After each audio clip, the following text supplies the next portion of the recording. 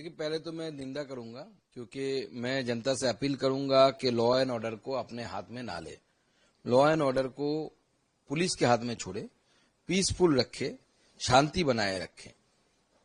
ये पता है हमें भी कि तृणमूल कांग्रेस के खिलाफ, स्पेशली अभिषेक बनर्जी के खिलाफ बंगाल की जनता के मन में बहुत ज्यादा आक्रोश है, क्योंकि वो जब पावर में थे, जिस लहजे से जनता के साथ, आम आदमियों के साथ बात करते थे, जिस तरीके से उन्होंने बीजेपी के कार्यकर्ताओं के साथ, आम जनता के साथ, बीजेपी के सांसद, मेरे ऊपर जिस तरीके से और बहुत सारे हमारे नेताओं के ऊपर जिस तरीके की अटैक्स हुए हैं उनके समय, उनके इलाके में, वो फौलता में हो, डायमंड हार्बर में हो, या डायमंड हार्बर के अंदर बौजबौज आता है, आप जानते हैं बौजबौज में मैं गया था, 1,500 कार्यकर्ता उनके मुझे मारने के लिए आए थे। वहां पे मेरे गाड़ी पे हमला हुआ था, कैनिंग जाते वक्त हुआ था, कैलाश विजयवर्गीय जी के ऊपर हुआ था, हमारे राष्ट्रीय अध्यक्ष जी उस समय के जेपी नड्डा जी जो थे उसके ऊपर, पूरे उनके कॉन्वॉय के ऊपर हमला हुआ था। कैलाश जी का हाथ यहां से खून निकल रहा था, ऐसी हालत हो गई थी कैलाश विजयवर्गीय जी का।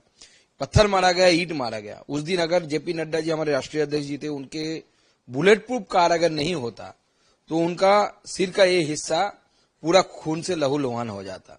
तो इस तरीके की भयंकर घटनाएं उस समय घटी है। बंगाल की जनता ने देखा है उसको, उसका आक्रोश है, मैं मानता हूं, और उस आक्रोश को हम एक्नॉलेज भी करते हैं। लेकिन फिर भी जनता से अपील है कि कुत्ते अगर हमें काटे, हम तो काटते नहीं ना, तो इसलिए शांति बनाए रखे। तृणमूल था, तृणमूल ने अपना समय जो करना था कर लिया। अभी बंगाल को हमें ठीक करना है, बंगाल को हमें सुधरना चाहिए।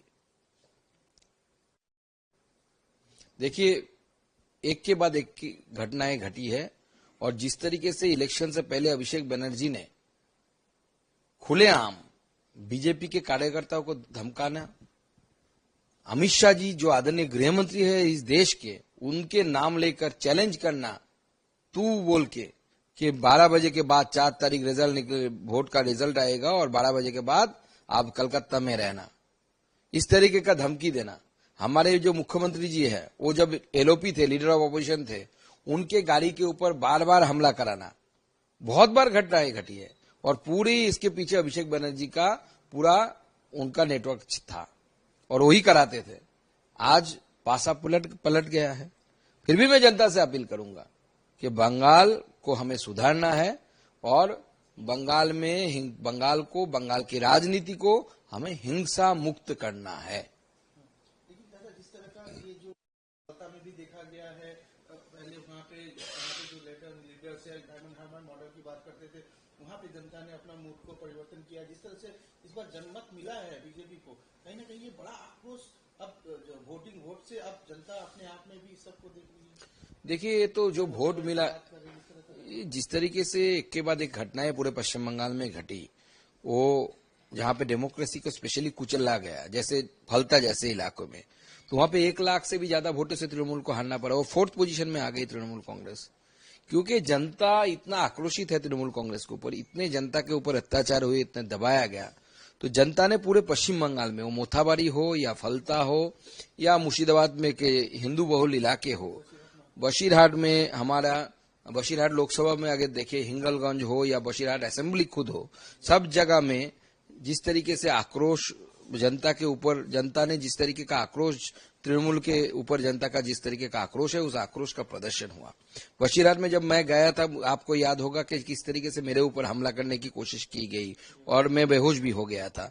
और जिस तरीके की घटनाक्रम घटी थी, पूरे दुनिया की मीडिया ने, पूरे देश की मीडिया ने उसको देखा था। और डेमोक्रेसी में ऐसे हो सकता है, ये उस समय जनता ने सवाल पूछा था। आज पासा पलट गया है, इसलिए अभिषेक बनर्जी के खिलाफ इस तरीके के आक्रोश बाहर आ रहा है। फिर भी मैं उनसे आग्रह करूंगा, उन लोगों से, जनता से, कि आप लोग शांति बनाए रखें, लॉ एंड ऑर्डर पर भरोसा रखिए। दादा, जिस तरह का ये आपने कहा है, का परिणाम बंगाल में आप लोग लगातार अपील भी कर रहे हैं, चाहे पोस्टपोल वायलेंस ना हो, चाहे आप लोग खुद इसको लेके सख्त है और कार्रवाई भी कर रहे हैं, अपने कार्यकर्ताओं को भी कार्रवाई कर रहे हैं, तो क्या लग रहा है कि 2021 के बाद 2024 में जिस तरह का शांतिपूर्ण हुआ है, पूरे देश की दुनिया में देखा, क्या कहना चाहते हैं? देखिए, अगर 2021 और हमारे 26 की आप कंपैरिजन करें, 2021 में इतने सारे पोस्टपोल की घटनाएं घटी थी, और उसमें से कुछ हिस्सा ही एफआईआर हुआ था, फिर भी एफआईआर की संख्या 12,000 से भी ज्यादा थी। 12,000 एफआईआर सिर्फ हुआ, मतलब उन घटनाओं के लिए एफआईआर हुआ था जो लोग साहस करके पुलिस चौकी तक पहुंच पाए। 12,000 घटनाएं, तो ये it was the tip of the iceberg. और भी ज्यादा घटनाएं घटी है। अभी कितना घटनाएं घटे, कुछ 100-100 घटनाएं घटी है। तो हमने, हमारी प्रशासन ने आदरणीय मुख्यमंत्री जी के नेतृत्व में पूरी तरीके से इस पे काबू पाया, और हमारे पार्टी ने, प्रदेश अध्यक्ष जी ने भी स्पष्ट कर दिया, सारे नेतृत्व ने स्पष्ट कर दिया, हम वायलेंस को किसी भी तरीके से राजनीति का हिस्सा नहीं बनने देंगे, और उस नीति पर हम कायम हैं। लेकिन वो कह रहे हैं कि अगर मुझे जान से मारने की प्लानिंग की जा रही है, जान से मार सकते, बयानबाजी कर रहे हैं। देखिए, वो तो बयानबाजी आता है, उनको थोड़े नीचे उतर के काम करना आता है। पहली बार तो जनता से मिल रहे हैं, इससे पहले तो जनता से कभी मिले ही नहीं। ऊपर से पैराशूट से आए, आके कूद गए राजनीति में, एमपी बन गए, गाड़ी के ऊपर चढ़ गए, और वहां से भाषणबाजी, डायलॉगबाजी, डीजे सुनाएंगे, ये करेंगे, बीजेपी के कार्यकर्ताओं को वो करेंगे। अब जनता उनको डीजे सुना रही है।